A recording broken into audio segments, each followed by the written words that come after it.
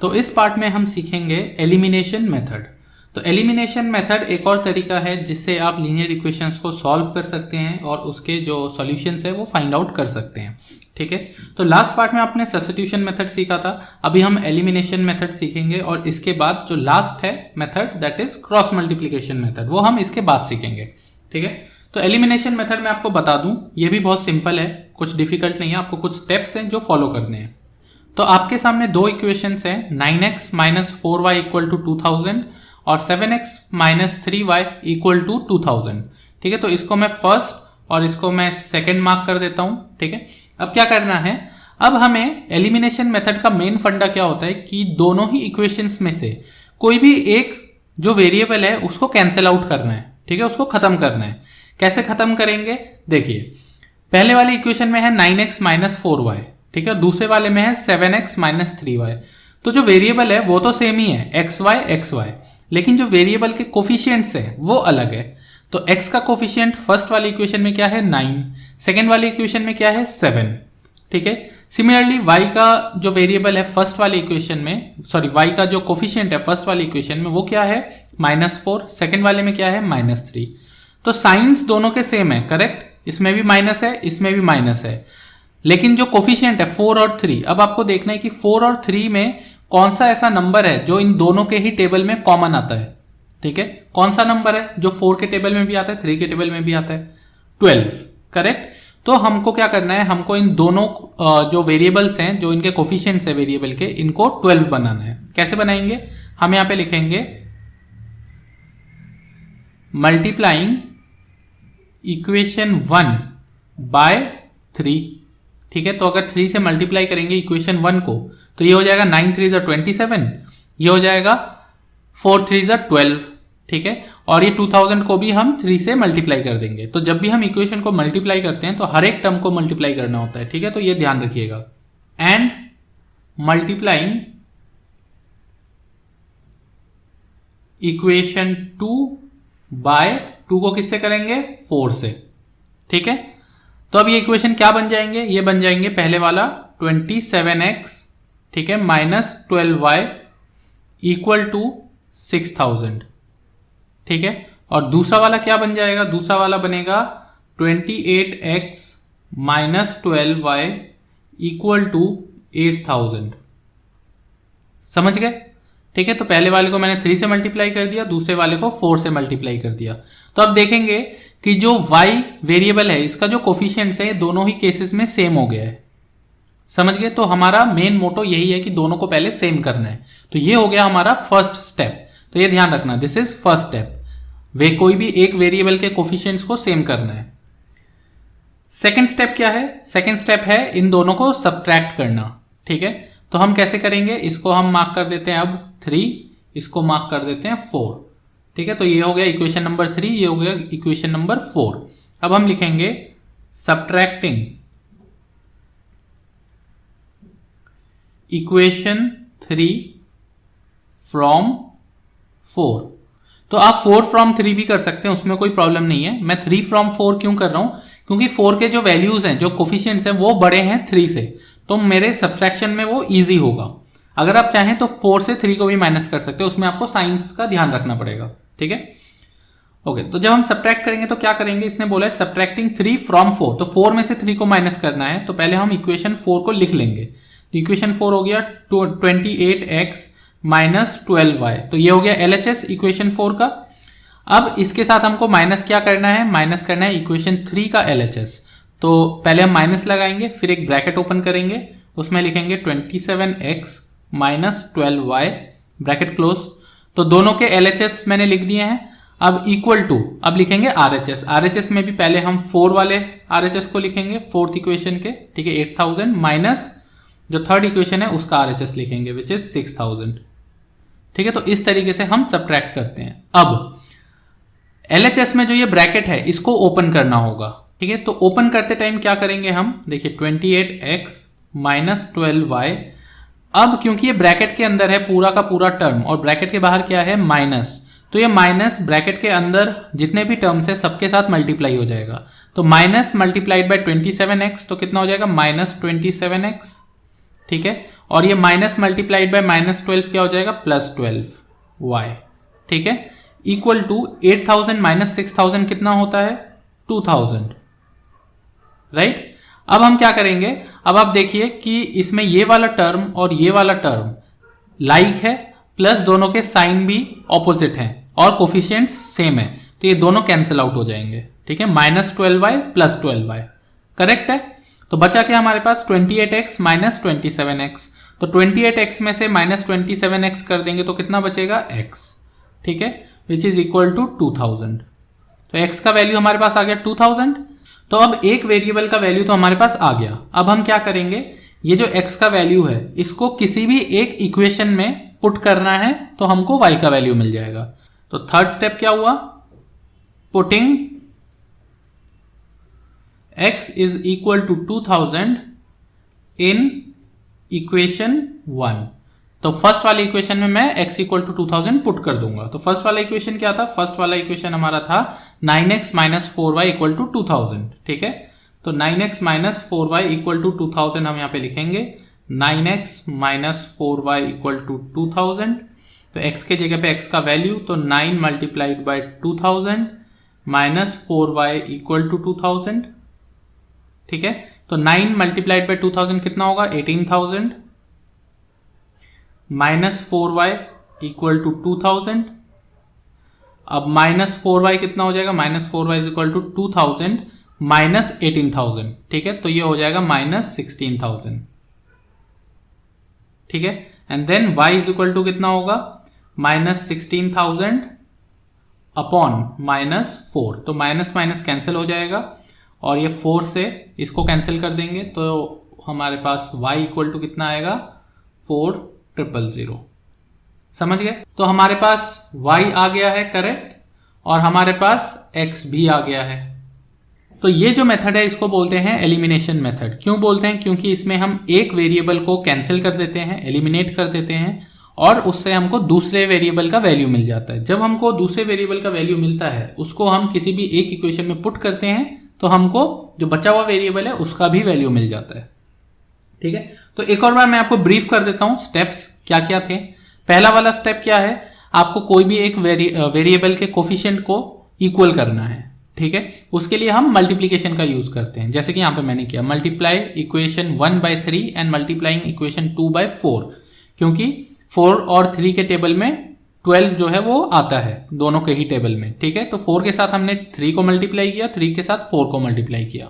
अब क्योंकि ये इक्वेशन है तो हम किसी भी एक टर्म के साथ मल्टीप्लाई नहीं कर सकते अपने हिसाब से।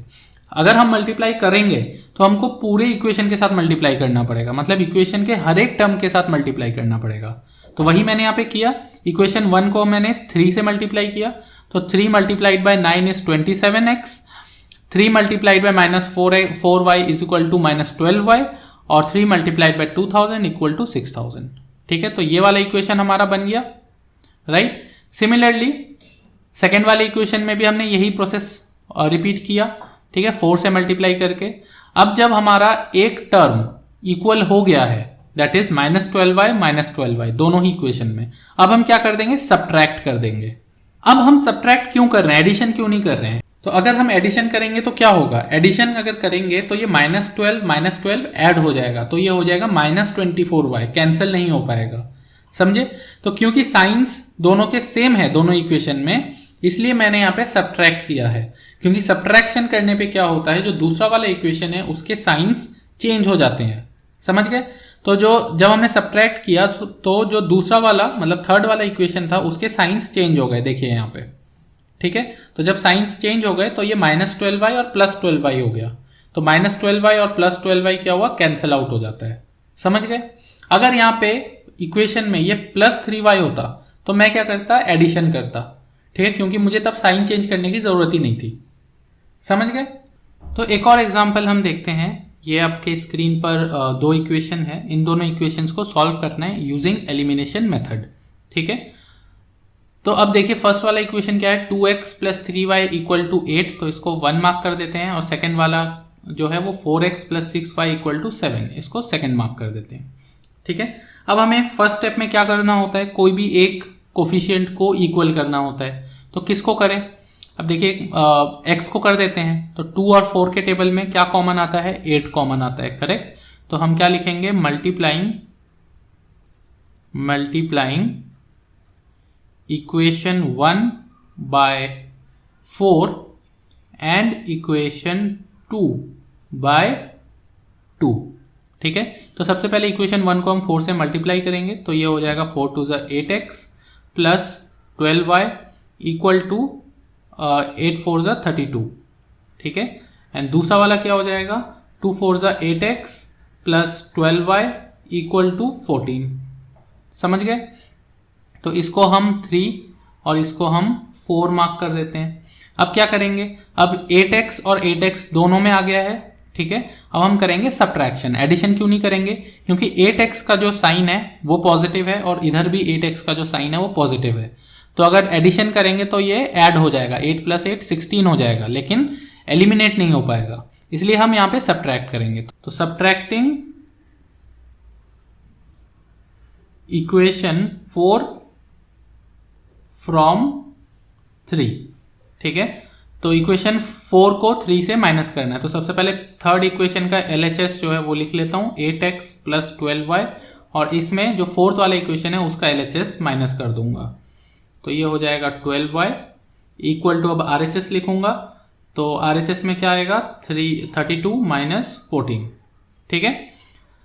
अब इसका ब्रैकेट ओपन करेंगे, तो 8x plus 12y minus 8x minus 12y equal to 32 minus 14 कितना होता है, 18।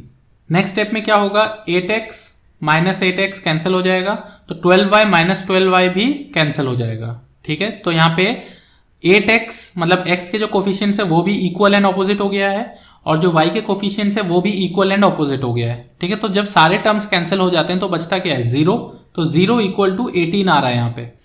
बट 0 इक्वल टू 18 हो सकता है कभी, ये स्टेटमेंट ट्रू नहीं है, करेक्ट। 0 कभी 18 के बराबर नहीं होता है, तो ये स्टेटमेंट जो है हमारा क्या है, फॉल्स। तो ऐसा क्यों आया, ठीक है, इसका क्या कंक्लूजन हम निकाल सकते हैं, आपने पढ़ा था लास्ट पार्ट में, अगर 0 मतलब इक्वल टू 18 आ रहा है, दैट मीन्स कि ये स्टेटमेंट अगर फॉल्स आ रहा है, तो उस केस में हम क्या लिखेंगे, equation 1 and equation 2 has no solutions, ठीक है। तो इस इक्वेशन का कोई सॉल्यूशन है ही नहीं, समझ गए। अगर यहाँ पे 18 इक्वल टू 18 आता तो क्या लिखते हैं हम, इनफाइनाइटली मेनी सॉल्यूशंस, समझ गए। और अगर यूनिक सॉल्यूशन है तो आपको फिर x और y का अलग अलग सेपरेट वैल्यूज मिल जाएंगे, जैसा आपने अभी फर्स्ट वाले एग्जाम्पल में किया। तो अब हम एक एग्जाम्पल करते हैं, ठीक है। एग्जाम्पल आपकी स्क्रीन पर है, बुक का ही एग्जाम्पल है ये। The sum of 2-digit number and the number obtained by reversing the digits is 66. If the digits of the number differ by 2, find the number. How many such numbers are there? तो basically आपको एक 2-digit number यहाँ पे बनाना है, ठीक है। Numbers आपको, digits आपको गिवन नहीं है, तो आपको क्या करना है, सबसे पहले डिजिट्स को अज्यूम करना है, ठीक है। तो सबसे पहला स्टेप क्या है, ओके, स्टार्ट करने से पहले एक और चीज मैं आपको बता देता हूं।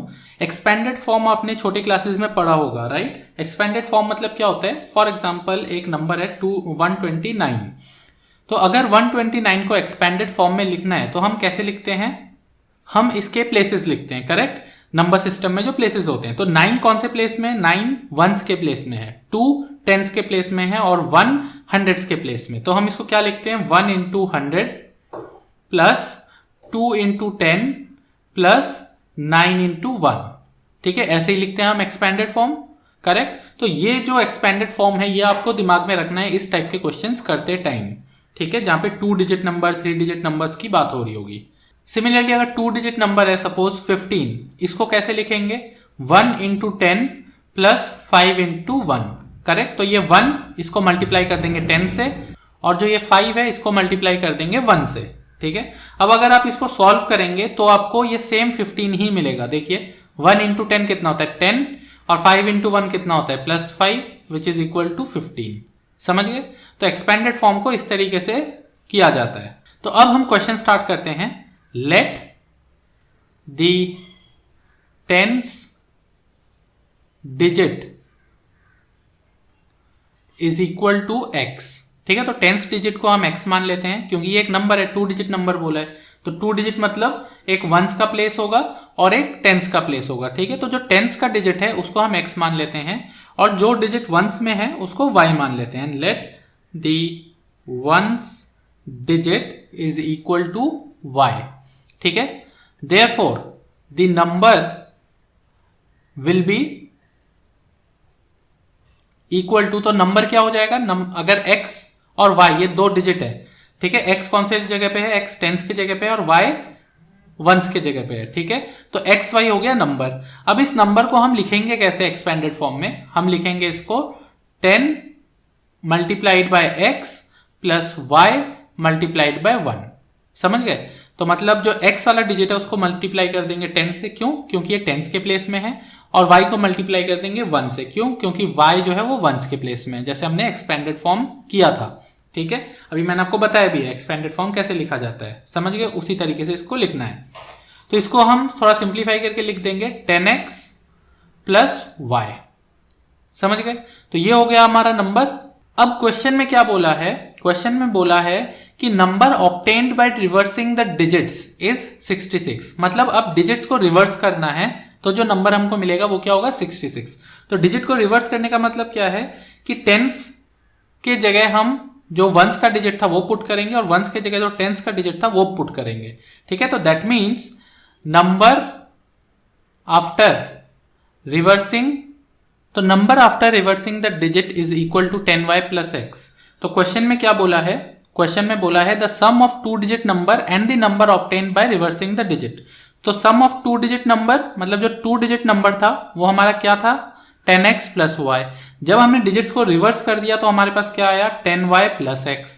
ठीक है, अब इन दोनों को ऐड करना है। ठीक है, तो इन दोनों का जो सम होगा that is equal to 66 according to question.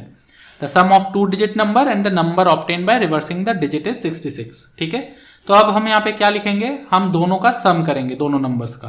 तो पहला है 10x plus y plus 10y plus x is equal to 66। ठीक है, इसको अब थोड़ा सॉल्व कर लेंगे हम, तो ये हो जाएगा 11x plus 11y is equal to 66। तो अब आप देख सकते हैं जितने भी कोफिशिएंट्स है इस पर्टिकुलर इक्वेशन में वो सारे 11 के मल्टीपल्स हैं, करेक्ट। तो अगर हम हर एक टर्म को 11 से डिवाइड कर देंगे तो हमारे पास क्या आया, x plus y is equal to 6, correct. तो 11x डिवाइडेड बाई 11 1 हो जाएगा, 11y divided by 11 again 1y is equal to 66 upon 11 क्या हो जाएगा, 6। ठीक है, तो ये हो गया हमारा पहला इक्वेशन। समझ गए, तो ये फर्स्ट इक्वेशन हो गया। अब सेकंड इक्वेशन क्या बनेगा, तो जो सेकंड कंडीशन है वो है if the digits of the number differ by 2। तो हमारे पास डिजिट्स क्या था, x और y, तो बोल रहे जो x और y का जो डिफरेंस है दैट इज 2। ठीक है, लेकिन हमको ये नहीं बोला है कि x और y में से बड़ा डिजिट कौन सा है, छोटा डिजिट कौन सा है। ठीक है, तो बड़ा और छोटा डिजिट तो अलग अलग हो सकता है रेस्पेक्टिव ऑफ देयर प्लेसेस। जैसे कि 29, तो 29 में वंस का प्लेस क्या है, 9। ठीक है, तो वंस का जो डिजिट है वो 9 है एंड 9 जो है वो टेंस के डिजिट से बड़ा है। समझ गए, सिमिलरली अगर मैं 21 लिखता हूं तो वंस का डिजिट 1 है और टेंस का डिजिट 2 है, तो वंस का डिजिट टेंस के डिजिट से छोटा है। समझ गए, बट ऐसा कुछ इसमें बताया नहीं है क्वेश्चन में कि कौन सा डिजिट बड़ा है कौन सा छोटा है। तो इसमें हमारे दो केसेस बनेंगे। दो केसेस क्या बनेंगे, x minus y is equal to 2 और y minus x equal to 2। ठीक है, तो इसको हम लिख लेंगे अब according to question x minus y is equal to 2 और y minus x equal to 2। ठीक है, अब इसको हम इक्वेशन 2 मार्क कर देंगे, इसको हम इक्वेशन 3 मार्क कर देंगे। तो अब हम इसको सॉल्व करेंगे बारी बारी से। पहले हम इक्वेशन 1 और इक्वेशन 2 को सॉल्व करेंगे, फिर हम इक्वेशन 1 और इक्वेशन 3 को सॉल्व करेंगे। तो यहां पे लिख देते हैं हम सॉल्विंग इक्वेशन 1 एंड इक्वेशन 2। ठीक है, तो इक्वेशन 1 और 2 को कैसे सॉल्व करेंगे, सब्ट्रैक्टिंग इक्वेशन 2 फ्रॉम 1। ठीक है, तो इसमें हमको मल्टीप्लाई करने की जरूरत नहीं है। क्यों नहीं है, क्योंकि देखिए इसमें ऑलरेडी जो x का कोफिशिएंट है वो इक्वल है। ठीक है, यहाँ पे इक्वेशन 1 में भी x का कोफिशिएंट 1 है, इक्वेशन 2 में भी x का कोफिशिएंट 1 है। ठीक है, तो इसमें मल्टीप्लाई करने की जरूरत ही नहीं है क्योंकि ऑलरेडी ये इक्वल है। तो इसको कैसे करेंगे फिर हम, x plus y minus x minus y is equal to 6 minus 2। ठीक है, इसको सॉल्व कर देंगे। x plus y minus x plus y is equal to 4। तो x और माइनस एक्स कैंसिल हो जाएगा, तो 2y is equal to 4, y is equal to 2। ठीक है, तो y का वैल्यू हमारे पास आ गया। अब इस y के वैल्यू को हम पुट करेंगे कहाँ पे, इक्वेशन 2 या 1 किसी में भी हम पुट कर सकते हैं। तो हम इक्वेशन 1 में पुट कर देते हैं y का वैल्यू, तो ये हो जाएगा x plus 2 is equal to 6, तो x इज इक्वल टू 4। ठीक है, तो हमारे पास आ गया y का वैल्यू 2 और x का वैल्यू क्या आया हमारे पास 4। समझ गए। अब क्या करेंगे, अब करेंगे सॉल्विंग इक्वेशन 1 एंड 3। ठीक है, तो अब 1 और 3 को सॉल्व करेंगे। तो अगेन सब्ट्रैक्टिंग 3 फ्रॉम 1, तो इक्वेशन 3 को 1 से हम सब्ट्रैक्ट करेंगे। अगेन इक्वेशन 3 में देखिए y हमारा, y का जो कोफिशिएंट है वो, और इक्वेशन 1 में y का जो कोफिशिएंट है वो दोनों ही सेम है। ठीक है, तो हम इसमें भी मल्टीप्लाई कुछ नहीं करेंगे, डायरेक्ट सब्ट्रैक्ट करेंगे। तो हम लिखेंगे x प्लस वाई माइनस y minus x is equal to 6 minus 2। तो x plus y minus y plus x is equal to 4। तो plus y minus y cancel, 2x is equal to 4, x is equal to 2। Again putting the value of x equal to 2 in 1, तो x equal to 2 हम 1 में put करेंगे, तो क्या आएगा 2 plus y is equal to 6, तो y is equal to कितना आया 4। ठीक है, तो ये हो गए हमारे पास x और y के दो वैल्यूज। ठीक है, तो फर्स्ट केस में हमारा जो x आ रहा था वो कितना आ रहा था 4 और y 2 आ रहा था। नेक्स्ट केस में x आया हमारा 2 और y आया 4। ठीक है, तो ये हो गए हमारे x और y के वैल्यूज। तो अब हम इसका स्टेटमेंट लिखेंगे, the possible values of x and y are x is equal to 2, y is equal to 4 और x is equal to 4, y is equal to 2। ठीक है, तो नंबर क्या होगा, therefore the number can be 24 और 42। तो number 24 या 42 दोनों में से कोई भी हो सकता है। ठीक है, समझ गए।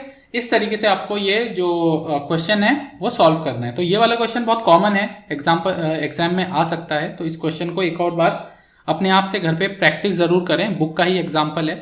ठीक है।